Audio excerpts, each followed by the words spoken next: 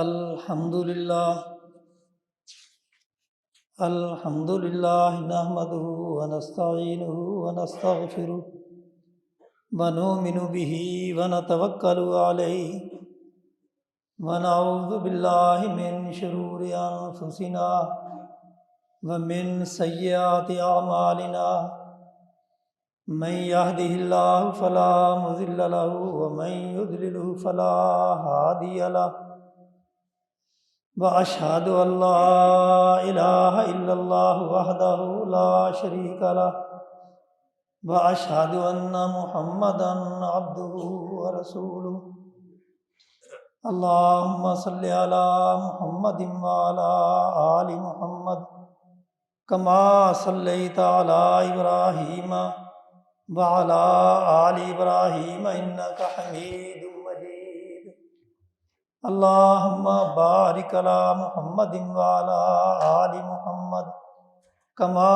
باركت على إبراهيم وعلى آل إبراهيم إنك حميد مجيد أما بعد فإن خير الحديث كتاب الله وخير الهدي هدي محمد صلى الله عليه وسلم وشر الأمور محدثاتها وكل محدثة بدعة وكل بدعة ضلالة وكل ضلالة في النار أعوذ بالله من الشيطان الرجيم بسم الله الرحمن الرحيم خذ من أموالهم صدقة تطهرهم وتزكيهم بها وصل عليهم إن صلاتك سكن لهم والله سميع عليم۔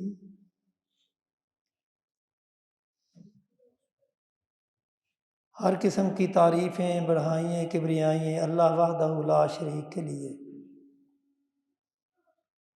جو اس کائنات کا خالق مالک مدبر الامور ہے۔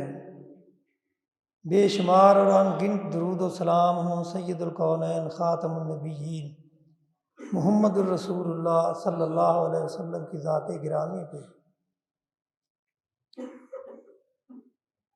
یہ جو آیت میں نے تلاوت کی ہے سورہ توبہ کی 103 نمبر آیت ہے۔ اس میں اللہ تعالیٰ نے زکوٰۃ کا حکم دیا ہے۔ سب سے پہلے تو زکوٰۃ کا معنی اور مفہوم یہ سمجھ لینا چاہیے۔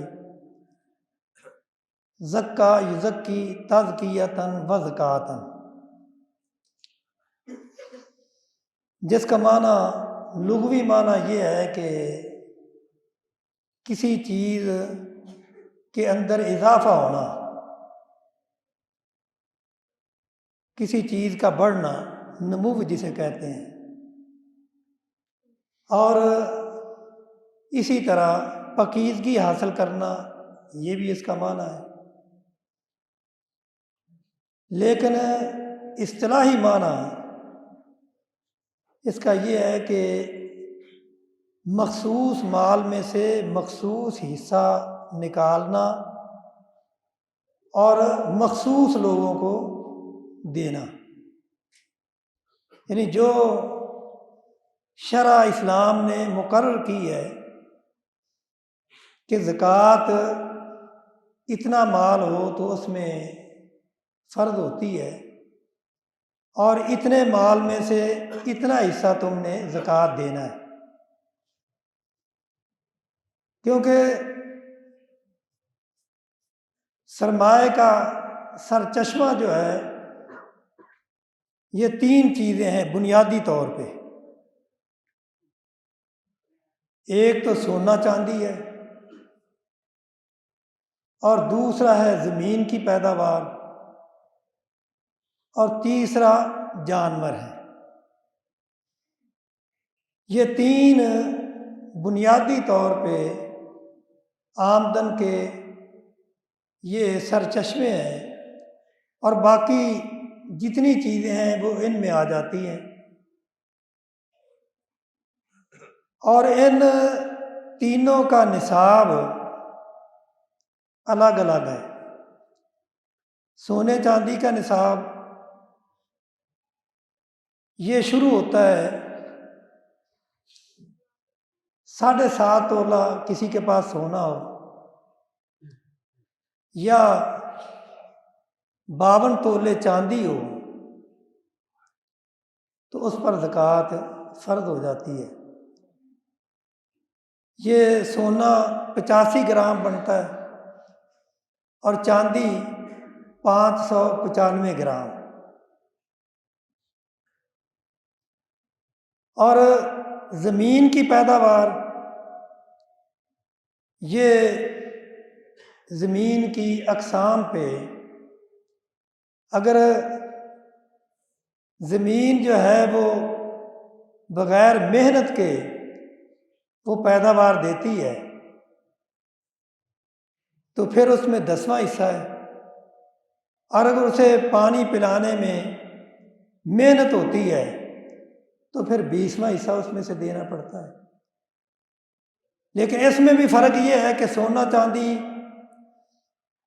کا نصاب ہو اور سال گزر جائے پھر اس پہ زکوٰۃ فرض ہوتی ہے، اور پیداوار میں اس کا سال گزرنا ضروری نہیں، بلکہ جیسے ہی پیداوار ہوگی اسی وقت اس کا 10واں یا 20واں حصہ اس کے اوپر فرض ہو جاتا ہے۔ اور جانوروں کی کئی قسمیں ہیں، اونٹ ہیں، بھیڑ بکریے ہیں اور گائے بھینسیں ہیں۔ کم از کم اونٹوں کی جو زکوٰۃ ہے یہ 5 میں ہے۔ 5 اونٹ اگر کسی کے پاس ہیں تو اس کے اوپر زکوٰۃ ہوگی، اور بکریاں یہ 40 ہوں تو پھر زکوٰۃ ہوگی، گائے بھینس یہ 30 ہوں تو ان پہ زکوٰۃ ہوگی۔ لیکن سونا چاندی اور جانور ان کی زکوٰۃ سال بعد ہے۔ اگر 1 سال وہ آپ کے پاس موجود ہے 1 سال تک تو پھر اس میں زکوٰۃ فرض ہوگی۔ اسی طرح جانور ہے، وہ بھی سال بھر آپ کے پاس رہیں تو پھر زکوٰۃ فرض ہوگی۔ لیکن زمین کی آمدن جب وہ پیداوار آئے گی اسی وقت اس پہ عشر دینا ہوگا، وہ 20واں حصہ ہے یا 10واں حصہ ہے۔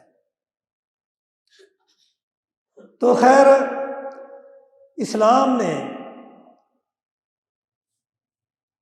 جو اپنے ماننے والوں سے مطالبہ کیا ہے وہ یہ ہے کہ مال زیادہ سے زیادہ رفاہی کاموں میں یا دینی کاموں میں جہاں بھی ضرورت ہو تو زیادہ سے زیادہ مال خرچ کرنا چاہیے۔ الذین ينفقون اموالهم باللیل والنہار سرا وعلانیۃ فلہم اجر عند ربہم ولا خوف علیہم ولا هم یحزنون۔ لیکن کم از کم جو ہے اس کا نصاب اسلام نے مقرر کر دیا ہے، وہ اگر 7.5 تولے سونا ہو تو اس میں سے 40واں حصہ، اسی طرح چاندی ہو تو اس میں بھی 40واں حصہ۔ یہ کم از کم ہے تاکہ انسان جب اتنا خرچ کرے تو اس کے دل میں مال کی محبت کم ہو، پھر اگر کسی ضرورت کی جگہ زیادہ خرچ کرنے کی بھی ضرورت ہو تو وہ بے دریغ اس مال کو خرچ کر سکے۔ اس لیے اسلام نے یہ تصور دیا ہے کہ اللہ تعالیٰ فرماتے ہیں وَآتُوهُم مِّن مَّالِ اللَّهِ الَّذِي آتَاكُمْ، یعنی مسلمان کا تصور یہ ہوتا ہے کہ میرے پاس جتنا مال ہے وہ اللہ کا دیا ہوا ہے، اور میں نے اس اللہ کے دیے ہوئے مال میں سے اللہ کے حکم کے مطابق تصرف کرنا ہے۔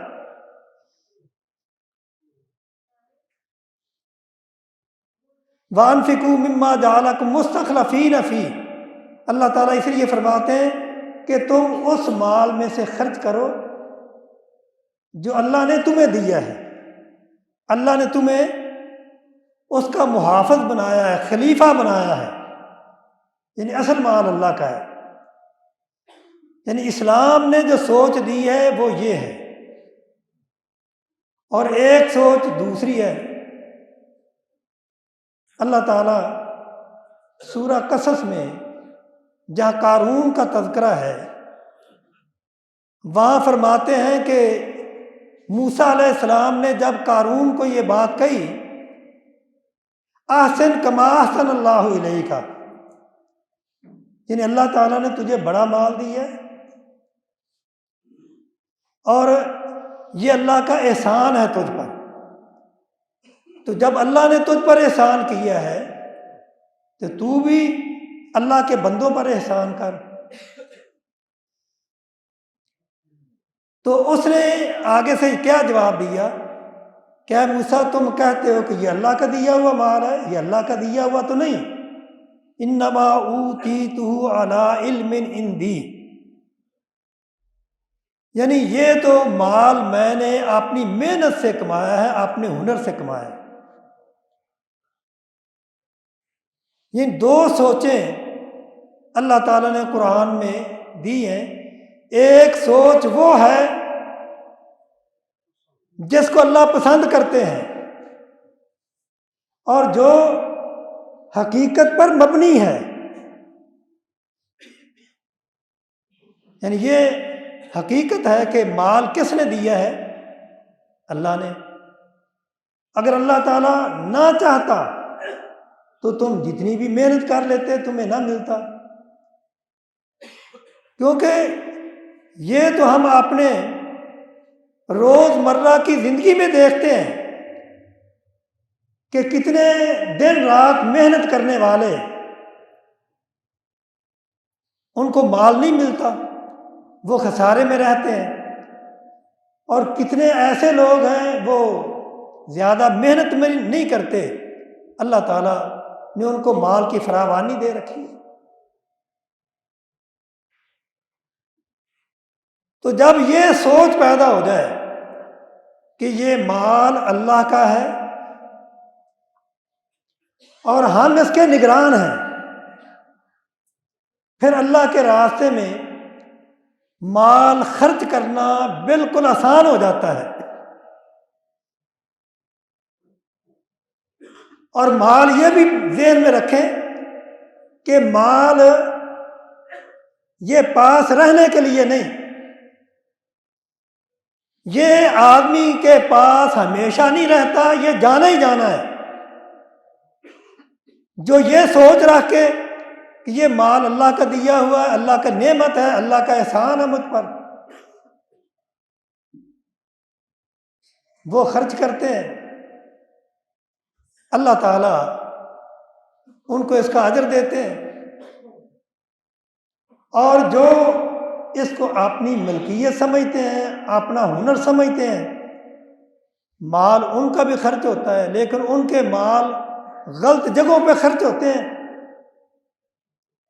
اللہ کی نافرمانی میں خرچ ہوتے ہیں، تو ان کو ان کا ثواب جو ہے وہ ثواب سے محروم رہ کے گناہ کے مرتکب ہوتے ہیں۔ تو پہلے ایک مسلمان جو ہے اس کا عقیدہ اور اس کی سوچ یہ ہونی چاہیے کہ یہ مال اللہ کا دیا ہوا ہے، اور اسی اللہ نے یہ حکم دیا وَأَقِیمُوا الصَّلَاةَ وَآتُوا الزَّکَاةَ وَمَا تُقَدِّمُوا لِأَنفُسِکُم مِّن خَیْرٍ تَجِدُوهُ عِندَ اللَّهِ إِنَّ اللَّهَ بِمَا تَعْمَلُونَ بَصِیرٌ،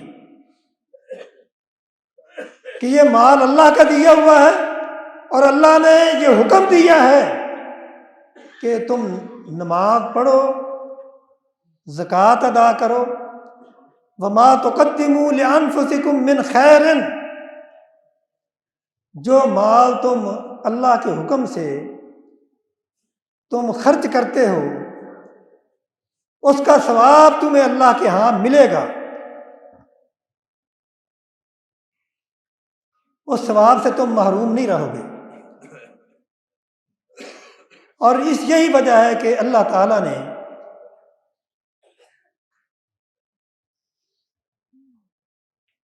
زکوٰۃ کو فرض کیا ہے، رسول اللہ صلی اللہ علیہ وسلم نے بھی اس کا حکم دیا ہے،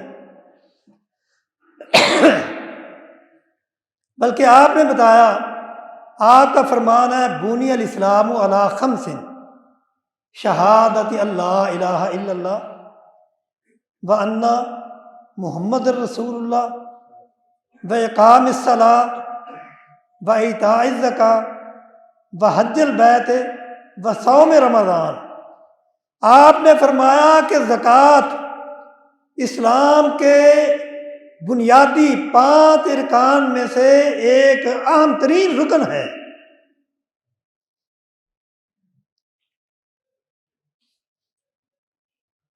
اور جو اس سے پہلو تہی اختیار کرتا ہے وہ مجرم ہے۔ اور یہی وجہ ہے کہ حضرت ابو بکر صدیق رضی اللہ تعالیٰ عنہ کے دور خلافت میں جب بعض لوگوں نے زکوٰۃ دینے سے انکار کر دیا، رسول اللہ کی وفات کے بعد زکوٰۃ دینے سے انکار کر دیا، تو آپ نے فرمایا تھا واللہ لأقاتلن من فرق بین الصلاۃ والزکوٰۃ فإن الزکوٰۃ حق المال،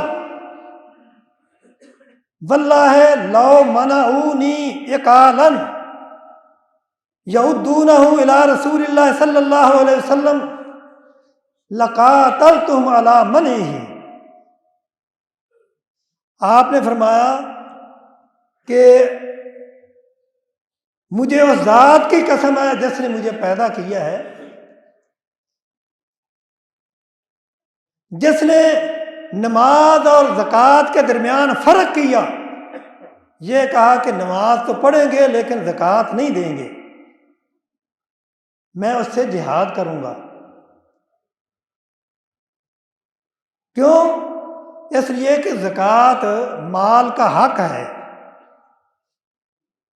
اور یہ حق اس سے لیا جائے گا۔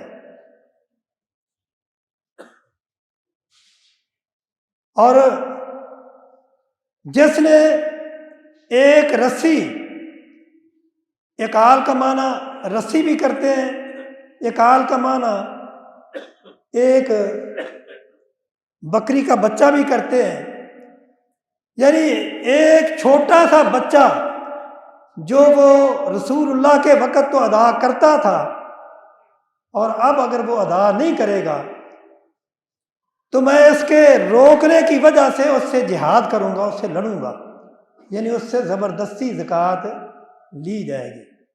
یہ خلیفہ وقت کا فرض ہوتا ہے کہ وہ ایسے لوگوں سے جبراً زکوٰۃ وصول کرے جو زکوٰۃ نہیں دیتے۔ تو حضرت ابوبکر رضی اللہ تعالیٰ عنہ نے زکوٰۃ لی ایسے لوگوں سے، تو اس سے معلوم یہ ہوا کہ زکوٰۃ فرض ہے، اور جو زکوٰۃ ادا نہیں کرتے وہ بہت بڑے مجرم ہیں۔ اور اللہ تعالیٰ فرماتے ہیں کہ یہ زکوٰۃ ان اعمال میں سے ہے جن اعمال کے کرنے سے انسان کے اوپر اللہ کی رحمت نازل ہوتی ہے۔ وَرَحْمَتِي وَسِعَتْ كُلَّ شَيْءٍ فَسَأَكْتُبُهَا لِلَّذِينَ يَتَّقُونَ وَيُؤْتُونَ الزَّكَاةَ وَالَّذِينَ هُمْ بِآيَاتِنَا يُؤْمِنُونَ۔ اللہ تعالیٰ فرماتے ہیں میری رحمت ہر چیز کو گھیرے ہوئے ہے. فَسَأَكْتُبُهَا لِلَّذِينَ يَتَّقُونَ وَيُؤْتُونَ الزَّكَاةَ، اور میں اپنی رحمت ان کے لیے لازم کر دیتا ہوں.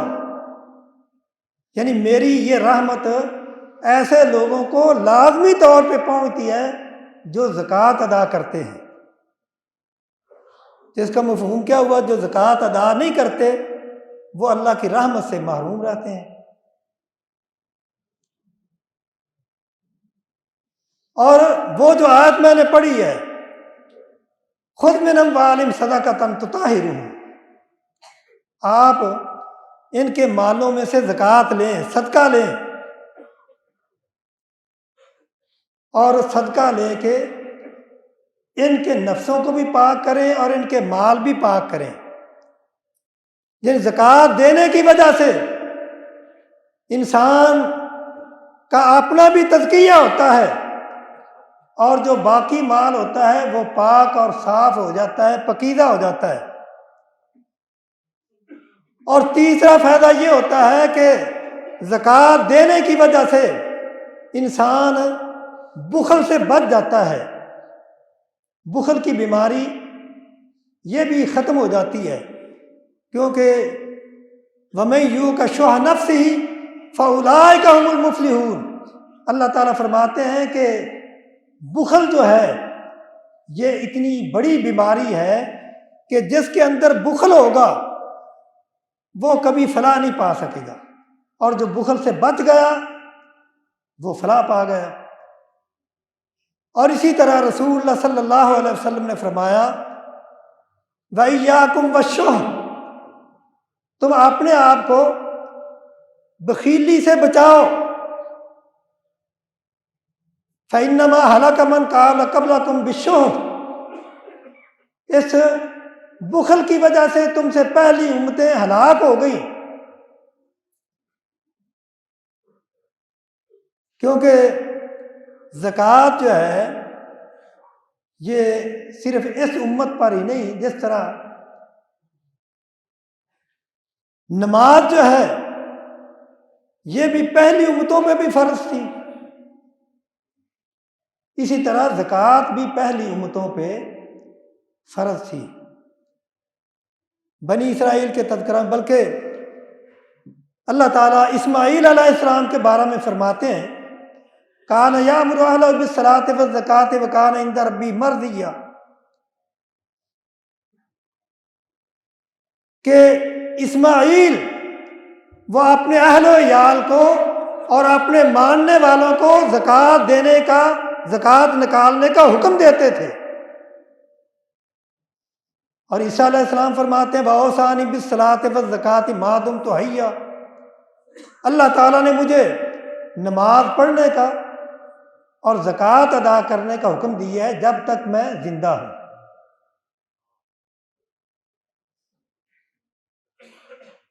یعنی یہ زکوٰۃ اتنی اہم ہے کہ پہلی امتوں کو بھی جس طرح نماز کا حکم تھا اسی طرح زکوٰۃ کا حکم ہے. اور اسی طرح اسلام میں بھی وَأَقِیمُوا الصَّلَاةَ وَآتُوا الزَّکَاۃَ، نماز قائم کرو، زکوٰۃ ادا کرو. اللہ تعالیٰ نے نماز کے ساتھ زکوٰۃ کا بھی حکم دیا ہے.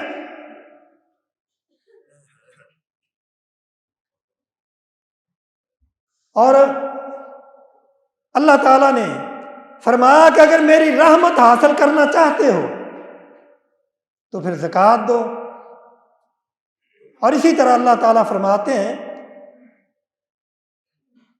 اسلامی اخوت کی جو شرطیں ہیں، یعنی اسلامی اخوت کیسے پیدا ہوتی ہے، اور ان شرطوں میں ایک شرط یہ بھی ہے فَإِن تَابُوا وَأَقَامُوا الصَّلَاةَ وَآتَوُا الزَّکَاةَ فَإِخْوَانُکُمْ فِي الدِّینِ، اگر وہ نماز پڑھیں، زکوٰۃ ادا کریں تو وہ تمہارے دینی بھائی ہیں. گویا کہ اگر وہ یہ کام نہیں کرتے تو پھر اسلامی اخوت بھی ان کے اندر قائم نہیں ہو سکتی.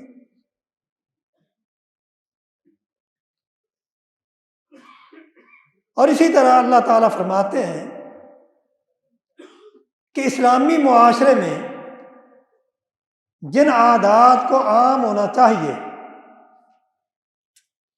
ان میں سے ایک یہ زکوٰۃ کی عادت بھی ہے، یعنی اسلامی معاشرے کے جو افراد ہیں، اسلام لانے والے ہیں، ان کو اپنی عادت میں شامل کرنا چاہیے کہ جو مال اللہ نے ان کو دیا ہے اس کی زکوٰۃ ادا کریں۔ والمؤمنون والمؤمنات اولیاء بعضهم اولیاء بعض والمؤمنون والمؤمنات بعضهم اولیاء بعض یامرون بالمعروف وینہون عن المنکر ویقیمون الصلاة ویؤتون الزکاة ویطیعون اللہ ورسولہ اولئک سیرحمہم اللہ واللہ غفور رحیم۔ اللہ تعالیٰ فرماتے ہیں کہ جس اسلامی معاشرے کے افراد میں یہ عادتیں پائی جائیں، یعنی وہ آپس میں ایک دوسرے کے دوست ہیں، وہ نماز قائم کرتے ہیں، زکوٰۃ ادا کرتے ہیں، نیکی کا حکم کرتے ہیں، برے کاموں سے منع کرتے ہیں، وَيُطِيعُونَ اللَّهَ وَرَسُولَهُ، اللہ اور اس کے رسول کی اطاعت کرتے ہیں، أُولَئِكَ سَيَرْحَمُهُمُ اللَّهُ، یہی وہ لوگ ہیں کہ اللہ تعالیٰ ان پر رحم کریں گے۔ یہ اللہ تعالیٰ کی رحمت کے حصول کا یہ زکوٰۃ ذریعہ ہے، اور جو زکوٰۃ نہیں دیتے وہ اللہ کی رحمت سے محروم ہوتے ہیں۔ اور اللہ تعالیٰ نے قرآن میں جنت کے جو لوگ وارث بنیں گے ان کی صفات بیان کی ہیں۔ قد افلح المؤمنون الذین هم فی صلاتهم خاشعون والذین هم عن اللغو معرضون والذین هم للزکاة فاعلون والذین هم لفروجهم حافظون والذین هم علی صلواتهم حافظون اولئک هم الوارثون الذین یرثون الفردوس هم فیہا خالدون۔ یعنی اللہ تعالیٰ نے جن کو جنت کا وارث قرار دیا ہے ان کی صفات کا تذکرہ کرتے ہوئے ان میں یہ صفت بھی بیان کی ہے، والذین هم للزکاة فاعلون، وہ زکوٰۃ ادا کرنے والے ہوں گے، اپنے مالوں کی زکوٰۃ ادا کرنے والے ہوں گے۔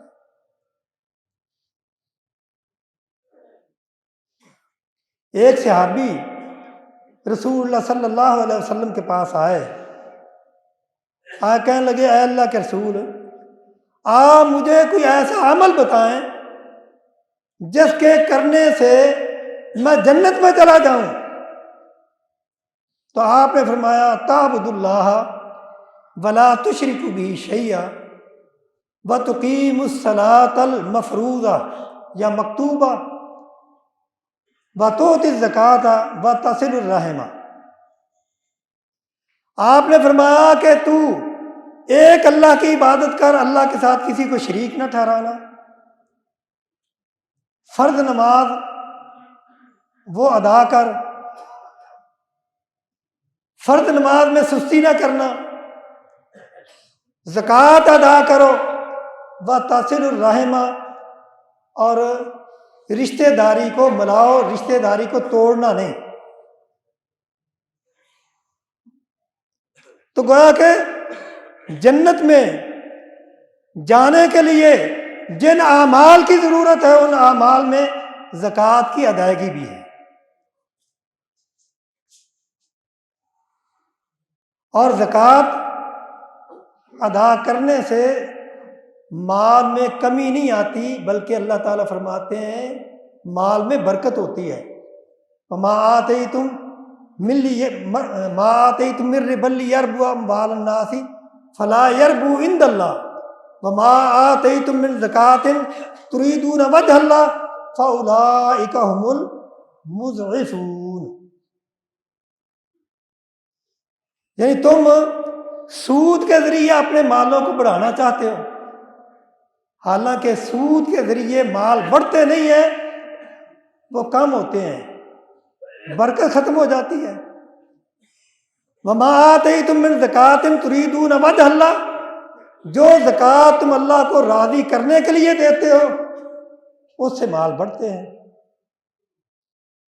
اور زکوٰۃ نہ دینے والوں کی مذمت اللہ نے کیا بیان کی ہے۔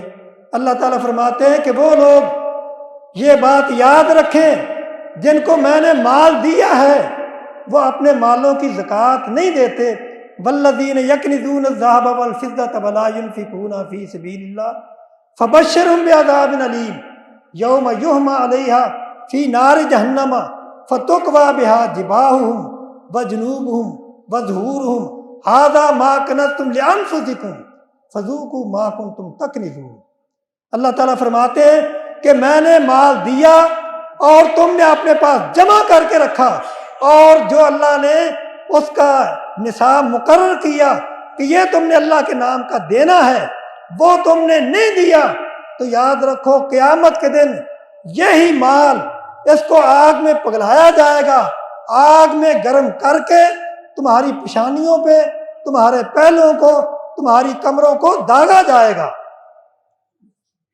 اور پھر ایک حدیث میں یہ آتا ہے کہ جو اپنے مالوں کی زکوٰۃ ادا نہیں کرتے تو یہ مال قیامت کے دن سانپ بن کے ان کے پیچھے لگیں گے، اور وہ سانپ سے بچنے کے لیے آگے دوڑیں گے، اور یہ سانپ ان کو پکڑ لے گا اور پکڑ کے یہ کہے گا آج کہاں بھاگتے ہو، انا مالوں کا و انا کنزوں کا، میں ہی تیرا وہ مال ہوں جس کو تو جمع کر کے رکھتا تھا، جس کی تو نے کبھی زکوٰۃ نہ ادا کی، اور جس کو تو نے خزانہ جمع کر کے رکھا۔ اور اللہ تعالیٰ فرماتے ہیں وَلَا يَحْسَبَنَّ الَّذِينَ يَبْخَلُونَ بِمَا آتَاهُمُ اللَّهُ مِنْ فَضْلِهِ هُوَ خَيْرٌ لَّهُمْ بَلْ هُوَ شَرٌّ لَّهُمْ سَيُطَوَّقُونَ مَا بَخِلُوا بِهِ يَوْمَ الْقِيَامَةِ وَلِلَّهِ مِيرَاثُ السَّمَاوَاتِ وَالْأَرْضِ وَاللَّهُ بِمَا تَعْمَلُونَ خَبِيرٌ۔ اللہ تعالیٰ فرماتے ہیں کہ جو بخل کرتے ہیں، مالوں کی زکوٰۃ نہیں نکالتے، وہ یہ خیال نہ کریں کہ یہ زکوٰۃ نہ نکالنا ان کے لیے بہتر ہے، بلکہ یہ مال قیامت کے دن ان کے گلے میں توق بن کے یہ لٹکے گا، اور سانپ ان کو کاٹیں گے، اور اس وقت یہ پچھتائیں گے کاش کہ ہم اس مال کی زکوٰۃ ادا کرتے، لیکن اب وہ وقت بیت چکا ہے، اب پچھتانے کا کوئی فائدہ نہیں ہوگا۔ اور مال کا ایک فائدہ یہ بھی ہے زکوٰۃ کا کہ جو غریب ہیں ان کے دلوں میں مالداروں کی محبت پیدا ہوتی ہے، اور اس وجہ سے زمین میں امن پیدا ہوتا ہے، فتنے فساد سے زمین محفوظ رہتی ہے۔ اور جب زکوٰۃ ادا نہ کی جائے تو معاشرے کے افراد جو ہے زکوٰۃ یعنی مال جو ہے چند لوگوں کے ہاتھ میں رہے، وہ تو عیش و عشرت کریں، اور ان کے پڑوس میں رہنے والے وہ یعنی معاشی طور پہ پسے ہوئے ہوں، تو ان کے دلوں میں ان کے خلاف نفرت پیدا ہوگی، ظاہر ہے۔ تو یہ بھی ایک فائدہ ہے، لیکن یہ بات یاد رکھیں کہ سونے کی صورت میں یا نقدی کی صورت میں اتنا پیسہ کسی کے پاس ہے جس سے 52 تولے یا 595 گرام چاندی خریدی جا سکتی ہے، اور اس پر سال گزر گیا ہے تو اس پر زکوٰۃ واجب ہوگی، اور اگر وہ زکوٰۃ نہیں دے گا تو قیامت کے دن وہ پکڑا جائے گا۔ اسی طرح یہ جو تجارتی مال ہے، پیپ کی صورت میں ہے، بیلٹوں کی صورت میں ہے، یعنی جس حتیٰ کہ تجارت کے لیے اگر کسی نے پانی اپنے پاس جمع کیا ہوا ہے تو اس پہ بھی زکوٰۃ ہے، اس کی رقم پہ زکوٰۃ ہے، اگر سال گزر جاتا ہے تو اس کی زکوٰۃ دینا پڑے گی۔ ہاں اگر کسی نے قرض کسی سے لینا ہے تو وہ اس کے ملنے کی امید نہیں، جس کو کہتے ہیں قرض ڈوب چکا ہے، اس پر زکوٰۃ نہیں، لیکن جب وہ مل جائے تو 1 سال کی زکوٰۃ اس پر دینی پڑے گی۔ اور اگر کسی قرض کے ملنے کی امید ہے یعنی وہ مل جائے گا تو وہ ایسا ہی ہے جیسا آپ کے پاس روپیہ جمع ہے، ہر سال آپ کو اس کی زکوٰۃ یعنی اپنے پورے مال میں اس پیسے کو بھی شامل کر کے آپ کو زکوٰۃ دینا ہوگی۔ ہاں جو گھر ہیں رہنے کے لیے یا استعمال کے لیے گاڑیاں ہیں، ان پہ کوئی زکوٰۃ نہیں، ان پہ کوئی زکوٰۃ نہیں۔ اور جو گھر، یہ آج کل گھر جو ہے بناتے ہیں بیچنے کے لیے، جو گھر بیچنے کے لیے بنائے جاتے ہیں ان پہ بھی زکوٰۃ ہے۔ ان کی قیمت نکال کے تو سال بعد ان کی زکوٰۃ ادا کریں، 40واں حصہ یا 2.5%، جو بھی آپ 40واں حصہ ہو یا 2.5% ہو وہ بھی بن جاتا ہے۔ تو یہ زکوٰۃ جو ہے وہ فرض ہے، اگر کوئی زکوٰۃ ادا نہیں کرتا تو وہ اللہ کے ہاں مجرم ہے۔